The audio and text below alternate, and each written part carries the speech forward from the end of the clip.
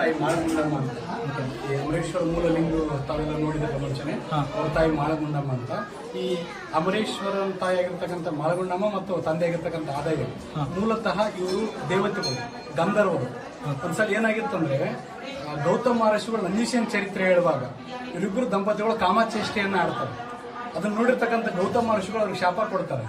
ಏನಂದ್ರೆ ನೀವು ಭೂಲೋಕಕ್ಕೆ ಹೋಗಿ ಮಕ್ಕಳಾದಂಗೆ ಆಗ್ಲಿ ಅಂತ.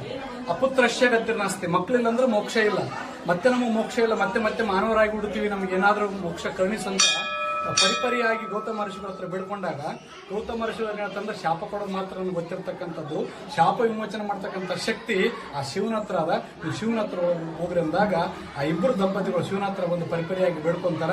ಇಲ್ಲ ಕೊನೆಯ ಸಂದರ್ಭದಲ್ಲಿ ನಾನೇ ನಿಮ್ಮ ಮಗನಾಗಿ ಬರ್ತೀನಿ, ನೀವು ಭೂಲೋಕಕ್ಕೆ ಹೋಗ್ರಿ ಅಂತ ಅವ್ರನ್ನ ಕಳಿಸ್ತಾನ. ಅವರೇ ಈ ಸದ್ಯ ಪ್ರಸ್ತುತ ಎರಡೋಣ ಅಂತ ಐತಲ್ಲ, ಅಲ್ಲಿ ಜಟ್ಟಿಂಗ್ ಮಹಾರಾಜನ ಪಟ್ಟಣ ಅಂತ ಕರಿತಾ ಇದ್ರು. ಆ ಜಟ್ಟಿಂಗ್ ಮಹಾರಾಜನ ಪಟ್ಟಣದಲ್ಲಿ ಇವರಿಬ್ಬರು ಆದಪ್ಪ ಮಾಳಗುಂಡಮ್ಮ ದಂಪತಿಗಳು ಬಂದು ಹುಟ್ಟುತ್ತಾರ. ಅವ್ರಿಗೆ 60-70 ವಯಸ್ಸಾದ್ರೂ ಸಹ ಅವ್ರಿಗೆ ಮಕ್ಕಳಾಗಿರಂಗಿಲ್ಲ. ಮಕ್ಕಳು ಇಲ್ಲ ಅಂದ್ರ ಅವ್ರಿಗೆ ಯಾರು ಸಹ ಮಕ್ಕಳು ತೋರಿಸ್ತಾ ಇರಲ್ಲ, ಮಕ್ಕಳು ಕೈಯಲ್ಲಿ ಕೊಡ್ತಾ ಇರಲ್ಲ. ನೀ ಬಂದೆ ಅನ್ನುವಂಥದ್ದು ಭಾಷೆ. ಆ ಸಂದರ್ಭದಲ್ಲಿ ಸಾಕ್ಷಾತ್ ಶಿವ ಆ ಬಾಲಕನ ರೂಪವನ್ನು ಧರಿಸಿ ಬಂದು ಅವರಿಗೆ ಮಗನಾಗ್ತಾನೆ. ಆ ಮಗನೇ ಅಮರೇಶ್ವರ. ಹಾಗಾಗಿ ಈ ಮಾಳಗುಂಡಮ್ಮ ಹತ್ರ ಈಗೇನು ಗುಡಿ ತುಂಬಿದ್ರಲ್ಲ, ಮಕ್ಕಳಾಗದೇ ಇರತಕ್ಕಂಥವ್ರು ಯಾರಾದ್ರೂ ಇದ್ರಂದ್ರೆ ಆ ತಾಯಿಯಿಂದ ಬಂದು ಮಾಳಗುಂಡಮ್ಮ ಹತ್ರ ಭಕ್ತಿಯಿಂದ ಉಡಿ ತುಂಬಿದ್ರೆ ಅವ್ರಿಗೆ ವರ್ಷದೊಳಗೆ ಮಕ್ಕಳಾಗ್ತಕ್ಕಂಥದ್ದು ನಮ್ಮ ಭಾಗದಲ್ಲಿ ಇರ್ತಕ್ಕಂಥದ್ದು. ಬಹಳಷ್ಟು ಜನ ಪ್ರತಿನಿತ್ಯ ಮತ್ತೆ ಮಂಗಳವಾರ ಶುಕ್ರವಾರ ಬಹಳಷ್ಟು ಜನ ಬಂದು ತಾಯಂದ್ರೆ ಮುತ್ತೈದರಿಗೆ ಉಡಿ ತುಂಬಿ ಹೋಗ್ತಕ್ಕಂಥದ್ದು. ಆಗ್ಲೇ ನಾನು ಅದಪ್ಪ ಮಾಳಗುಂಡಮ್ಮ ಅಂತ ಹೇಳಿದಾಗ ಅವ್ರ ರೈತಾಪಿ ರೈತರೇ. ಅಮರೇಶ್ವರ ಪವಾಡ ಮಾಡ್ತಾ ಏನಾಗ್ತದೆ, ಅಮರೇಶ್ವರ ಯಾವಾಗ ಅವ್ರಿಗೆ ಮಗನಾಗಿ ಬರ್ತಾನಲ್ಲ, ಬಂಗಾರಲ್ಲಿ ಹಲವಾರು ಪವಾಡಗಳನ್ನ ಮಾಡ್ತಾರೆ. ಅದಪ್ಪ ಮತ್ತು ಅವರು ರೈತರಾಗಿರೋದ್ರಿಂದ 15 ದಿನ ಅರಗುವಂತ ಹೊಲವನ್ನು ಮಧ್ಯಾಹ್ನ ಹೊತ್ತು ಅಮರೇಶ್ವರ ಹೊಲಕ್ಕೆ ಬಂದಾಗ ತಂದೆ ಅರಗ್ತಾ ಇರ್ತಾನೆ. ತಂದೆಗೆ ಸುಸ್ತಾಗಿರ್ತಾನೆ, ಗಿಡದ ಕೆಳಗಡೆ ಮಲ್ಕೊಂಡಂತ ಪ್ರಸಂಗದೊಳಗಡೆ ಅಮರೇಶ್ ಸಣ್ಣ ಬಾಲಕ, ಅಪ್ಪ ನಾನು ಹರಗ್ತೀನಿ ಹೊಲ ಅಂತ. ಬೇಡಪ್ಪ ನೀ ಚಿಕ್ಕ ಮಗು, ನೀನು ಹೊರಗ ಇದು ಮಾಡಕ್ಕಾಗಲ್ಲ, ಹರಗೋಕ್ ಆಗಂಗಿಲ್ಲ, ಬೇಡ ನೀವು ವಿಶ್ರಾಂತಿ ಮಾಡಿ ಅಂದಾಗ ಅವರಪ್ಪಗೆ ಹಾಗೇ ಸ್ವಲ್ಪ ನಿದ್ದೆ ಎತ್ತಿ ಬಿಡ್ತದೆ. ನಿದ್ದೆ ಎತ್ತಿದ ತಕ್ಷಣ ಈ ಬಾಲಕ ಆ ಎತ್ತುಗಳ ಮೇಲೆ ಹೋಗಿ ನಿಂತ್ಕೊಂತಾನೆ. ಇಡೀ ಎತ್ತುಗಳು ವಯಸ್ಸಾಗಿರ್ತಕ್ಕಂಥ ಎತ್ತುಗಳಿಗೂ ನಿಂತ ತಕ್ಷಣನೇ ಆ ಹೊಲ ಎಲ್ಲವೂ ಹರಿಗಿ ಬಿಡುತ್ತದೆ. 15 ದಿನ ಅರಗಿದಂಥ ಹೊಲವನ್ನು 15 ನಿಮಿಷದಲ್ಲಿ ಹರಿಗಿ ಬಿಡುತ್ತಾನೆ. ಎಚ್ಚರಾಗಿ ನೋಡ್ತಾನೆ, ಇಡೀ ಹೊಲವನ್ನು ಅರಿಗಿ ಅಮರೇಶ್ವರ ಆ ಹೊಲದೊಳಗಿರ್ತಾನೆ. ಅಪ್ಪ ನಮ್ಮ ಮುದಿ ಹತ್ತುಗಳು ಬಹಳಷ್ಟು ದನ್ಕೊಂಡವ, ಇಷ್ಟೆಲ್ಲ ಮಾಡಿದ್ವಿ, ಹೋಗಪ್ಪ ಗುಂಡ ಐತಿ, ಗುಂಡದಲ್ಲಿ ನೀರು ಕುಡಿಸ್ಕೊಂಡು ಬಾ ಅಂತ ಹೇಳ್ತಾರೆ.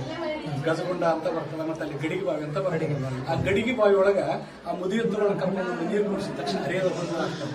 ಅಲ್ಲಿದೆಯಲ್ಲ ಅದೇ ಮುದಿ ಹತ್ತು, ಆ ಕಡೆದು ಅದೇ ಈ ಕಡೆ ಹರಿಯದ ಊರಿ ಆಗಿರ್ತಕ್ಕಂಥದ್ದು. ಇದು ನೋಗ ಅಮರೇಶ್ವರ ಎತ್ತುಗಳು ಮಗ, ಮುದಿ ಎತ್ತುಗಳು ಹರಿಯದ ಊರುಗಳಾಗಿರ್ತಕ್ಕಂಥದ್ದು.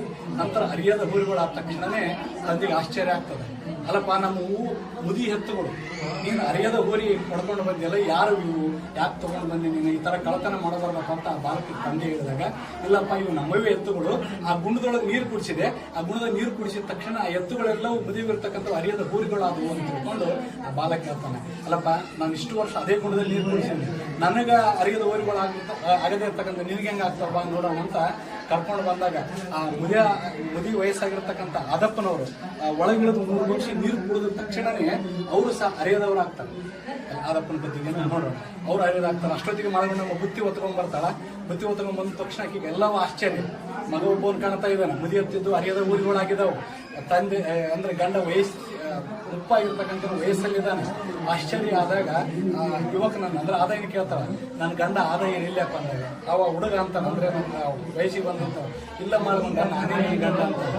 ನನ್ನ ಗಂಡ ನೀನಲ್ಲಪ್ಪ, ವಯಸ್ಸಾಗಿರ್ತಕ್ಕಂಥ ಆದಾಯ ನೀನು ಎಲ್ಲ ಅಂದಾಗ, ಇಲ್ಲ ಗುಡ್ಡದಲ್ಲಿ ನೀರು ಕುಡಿದ್ವಿ, ಈ ನೀರು ಕುಡಿದು ನಾವು ಹರಿಯೋದು ಆಗಿದ್ದೀವಿ ಅಂದ ತಕ್ಷಣ ಮತ್ತೆ ಮಾಳಗುಂಡ ಕರ್ಕೊಂಡು ನೀರು ಕುಡಿಸ್ತಾರೆ. ಅಕ್ಕಿನ ಸಹ 18-20 ವರ್ಷದ ಬಾಲಕಿ ಆಗುವಂಥದ್ದು ಆಗ್ತಾರೆ, ಯುವತಿ ಆಗ್ತಾರೆ. ಹೀಗೆ ಅಮರೇಶ್ವರ ಪವಾಡ ಇಡೀ ಎಲ್ಲ ಯಾರು ಭಯಭಕ್ತಿಯಿಂದ ಈ ಮಾಳಗುಂಡಮ್ಮನ್ನು ಬೇಡ್ಕೊಂಡಲ್ಲ, ಇಷ್ಟಾರ್ಥಗಳೆಲ್ಲವೂ ಸಿದ್ಧಿ ಆಗುವಂಥವುಗಳಾಗ್ತವೆ.